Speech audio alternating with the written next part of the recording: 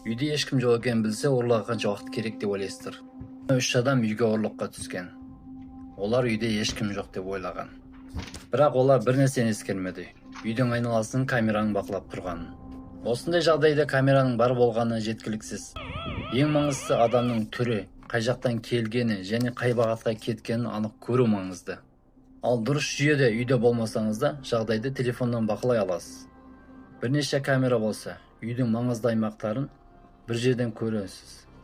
Ал оқиға өтіп кеткен болса, архивтен нақты уақытты тауып, не болған қайта қарай аласыз. Сондықтан камераны күндіз ғана емес, түнде де қалай көрсететініне қарап таңдау керек. Ұрылар сіз үйде болғанда емес, сіз үйде жоқ кезде кіруге тырысады. Ал сіздің камераныз дәл осы сәтте не көрсете алады?